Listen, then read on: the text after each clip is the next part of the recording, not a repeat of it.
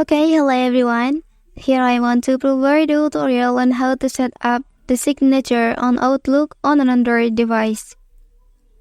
Okay, let's turn to the tutorial. Here you can open your Microsoft Outlook app. And then here you can tap on this icon. Okay, after that here you can click on Settings option at the bottom. After that here just scroll down. Okay, and then click on Signature option.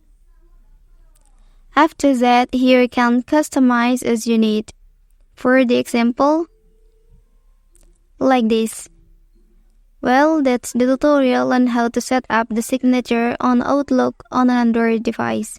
Don't forget to like and subscribe to get other information from this channel. Thank you.